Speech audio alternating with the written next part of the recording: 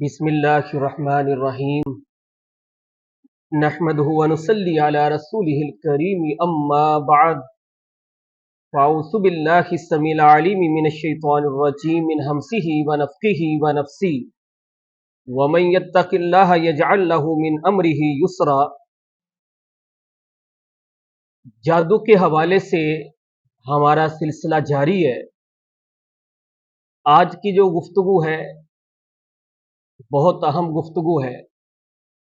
بہت سے نوجوان بچے اور بچیاں سوال پوچھتے ہیں کہ جلد شادی کا وظیفہ کیا ہے، شادی جلدی ہو جائے، شادی میں جو رکاوٹیں ہیں وہ کیسے دور ہو سکتی ہے، یا اسی طرح کاروباری جو مسائل ہیں، کاروباری رکاوٹیں ہیں، ان کو کیسے دور کیا جا سکتا ہے۔ آج اس دور میں یہ رکاوٹ ایک بہت بڑا مسئلہ ہے کہ کوشش بھی کی جاتی ہے، محنت بھی کی جاتی ہے، پھر نتیجہ نہیں جلد نکلتا۔ جس طرح جادو کی 4 قسمیں بیان کی گئیں تو ان میں سے ایک بنیادی قسم یہ بھی تھی کہ رکاوٹ ڈالنا، کہ جادوگر یا جادوگر کے پاس جانے والا اس مقصد کے لیے جاتا ہے کہ میں نے فلاں کے خلاف جادو کروانا ہے کہ اس کا کاروبار نہ چلے، اس کی دکان نہ چلے، یا اس کے بچے یا بچی کی شادی نہ ہو۔ یہ ایک بہت بڑا ایشو ہے اس وقت، جس وجہ سے آپ کو بڑے سلجھے سنجیدہ خاندانوں میں بچیاں نظر آئیں گی کہ ان کی جوانی کی عمر کراس کر رہی ہے اور رشتہ کوئی مناسب ملتا نہیں۔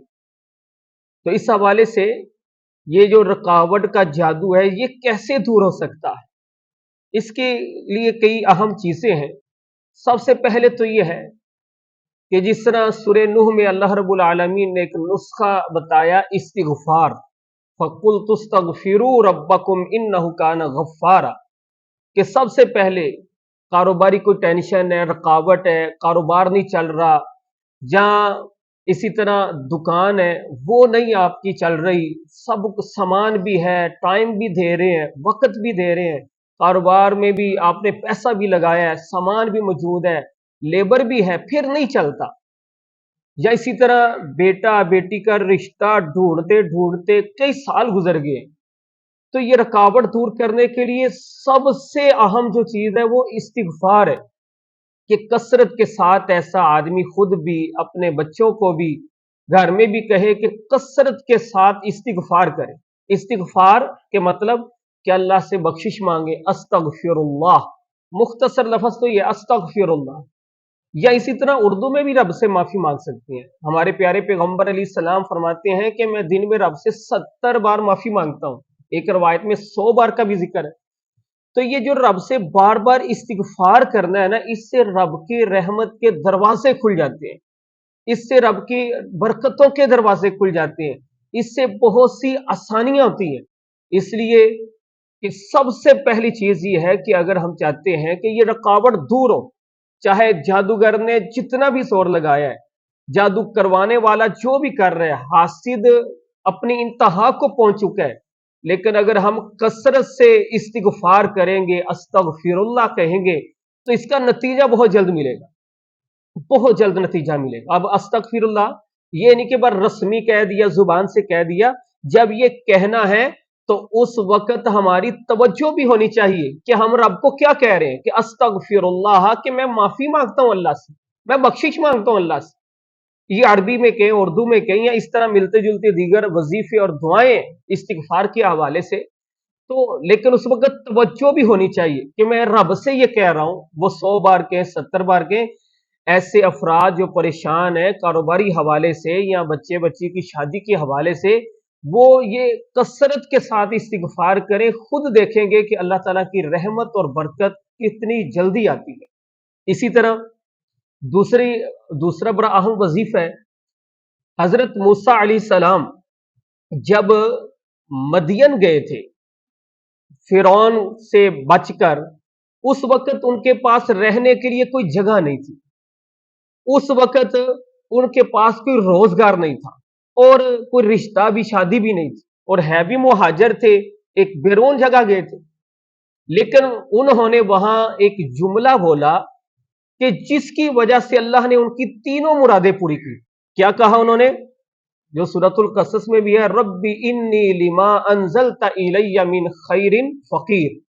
یہ ذہن نشین کر لیں، ہر نماز کے بعد 3 بار، 7 بار، 11 بار کے آپ کی کوئی کاروباری رکاوٹ ہے، کوئی کام شروع کرتے ہیں نہیں چلتا، یا بیٹے بیٹی یا بہن بھائیوں میں سے کسی کے رشتے کا مسئلہ ہے، وہ خود بھی اور جو ان کا سرپرست ہے، والد ہے، والدہ، وہ بھی یہ وظیفہ اپنا لیں. ہر نماز کے بعد 7 بار کہہ لیں، 11 بار کہہ لیں، رب انی لما انزلت الی من خیر فقیر. یہ اتنا اہم وظیفہ ہے کہ حضرت موسیٰ علیہ السلام نے یہ کہا تھا کہ میرے رب انی لما انزلت الی من خیر فقیر، کہ میرے رب بے شک جو تو نے میری طرف خیر اتاری ہے میں اس کا فقیر ہوں، محتاج ہوں. انہوں نے یہ کہا. اللہ رب العالمین نے انتہائی باحیا خاتون کا رشتہ دیا، رہنے کے لیے بہترین جگہ دی، اور بہترین روزگار بھی دیا. تینوں چیزیں ان کو ملی یہ ایک جملے پر، رب انی لما انزلت الی من خیر فقیر. یہ کہیں. اس کے بعد تیسرا نسخہ ہے کہ جب ایسا مسئلہ ہو تو اتنا زیادہ گناہوں سے بچیں، تقوی اختیار کریں، کیونکہ اللہ رب العالمین فرماتے ہیں، اللہ یہ گارنٹی دیتا ہے سورہ طلاق میں، اللہ فرماتے ہیں وَمَن يَتَّقِ اللَّهَ يَجْعَل لَّهُ مِنْ أَمْرِهِ يُسْرًا، کہ جو اللہ سے ڈر جاتا ہے نا، اللہ اس کا ہر کام آسان کر دیتا ہے. یہ اللہ کہہ رہے ہیں. مشکلوں کو صرف اللہ دور کر سکتا ہے. پوری دنیا بھی مل جائے تو مشکل دور نہیں ہو سکتی جب تک اللہ نہ چاہے. تو اللہ فرما رہے ہیں وَمَن يَتَّقِ اللَّهَ يَجْعَل لَّهُ مِنْ أَمْرِهِ يُسْرًا، کہ ہم جتنا زیادہ گناہوں سے بچیں گے، رب کے غضب سے بچیں گے، اللہ ہمارا کام آسان کر دے گا. جس طرح اللہ فرماتے ہیں وَمَن يَتَّقِ اللَّهَ يَجْعَل لَّهُ مَخْرَجًا، جو اللہ سے ڈر گیا اللہ اس کے لیے کوئی بھی نکلنے کا رستہ بنا دیتے ہیں کسی بھی مشکل سے. اور وَيَرْزُقْهُ مِنْ حَيْثُ لَا يَحْتَسِبُ، وہاں سے اللہ رزق دیتے ہیں وہ سوچ بھی نہیں سکتا. اور آخری وظیفہ ذہن میں رکھیں کہ صحیح ابن حبان میں پیغمبر علیہ السلام نے ایک اور دعا بتائی کہ جب بھی کسی مشکل میں پھنس گئے ہیں تو اس وقت یہ کلمات کہیں، اللہم لا سہل الا ما جعلتہ سہلا وانت تجعل الحزن اذا شئت سہلا. یہ کلمات کہنے اس وقت کہ اے اللہ کوئی بھی آسانی نہیں ہے الا ما جعلتہ سہلا، صرف وہ آسان ہے جس کو تو آسان بنا دے. وانت تجعل الحزن اذا شئت سہلا، اے اللہ تو چاہے تو مشکل سے مشکل ترین چیز کو بھی آسان کر سکتا ہے، تیرے لیے مشکل نہیں ہے. اب یہ وظیفہ بھی ایسے ساتھی نماز کے بعد معمول بنا لے 3 بار 7 بار، اللہ کا فضل ہوگا بڑی جلدی ان کا مسئلہ حل ہوگا. اور یاد رکھیے یہ وظیفے تب اثر کرتے ہیں جب ایمان اور یقین اور رب پر 100% بھروسے کے ساتھ کیے جائے. آج کل بعض لوگ کہتے ہیں بڑا وظیفہ کر لیا فائدہ نہیں ہوا. محترم ساتھیو، اس کا فائدہ کیسے ہو؟ فائدہ تو تب ہونا ہے نا کہ جب ہمارا اتنا بھروسہ ہوگا اللہ پر کہ اللہ نے یہ کرنا ہے. وَمَن يَتَوَكَّلْ عَلَى اللَّهِ فَهُوَ حَسْبُهُ، اللہ فرماتے ہیں جو اللہ پر بھروسہ کرتا ہے اللہ کافی ہو جاتا ہے. تو ہمارا بھروسہ ہو. تو یہ جو شادی کی رکاوٹ ہے، بیٹے کی بیٹی کی رشتہ نہیں مل رہا، اس کے لیے یہ شاندار چیزیں ہیں.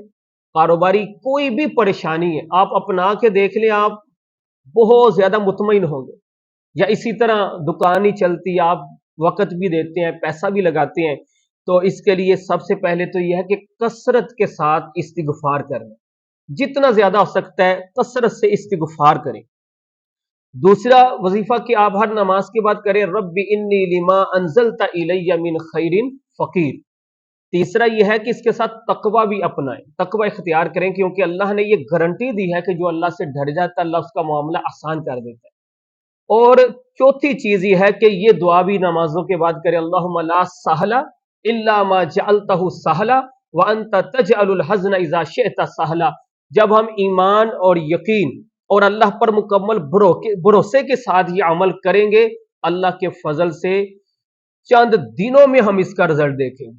اللہ رب العالمین ہمیں عمل اصلاح کی توفیق دے. جو پریشان حال لوگ ہیں اللہ ان کی پریشانیاں دور فرمائے، جو بیمار ہیں اللہ تعالیٰ ان کو تندرستی عطا فرمائے. جو نیک لوگ ہمارے ماں باپ بہن بھائی اس دنیا سے جا چکے ہیں اللہ تعالیٰ ان کی قبروں کو جنت کا باغ بنائے اور ان کو جنت الفردوس کا وارث بنائے. انشاءاللہ آئندہ اس اگلا اہم جو موضوع ہوگا وہ ہے محبت کے جادو کے حوالے سے. یہ بھی آج کل ایک بڑا ہی معاملہ ہے نوجوانوں میں بھی، معاشرے میں بھی، تو اس کے حوالے سے بیان ہوگا. جزاکم اللہ خیر فی الدنیا والآخرہ.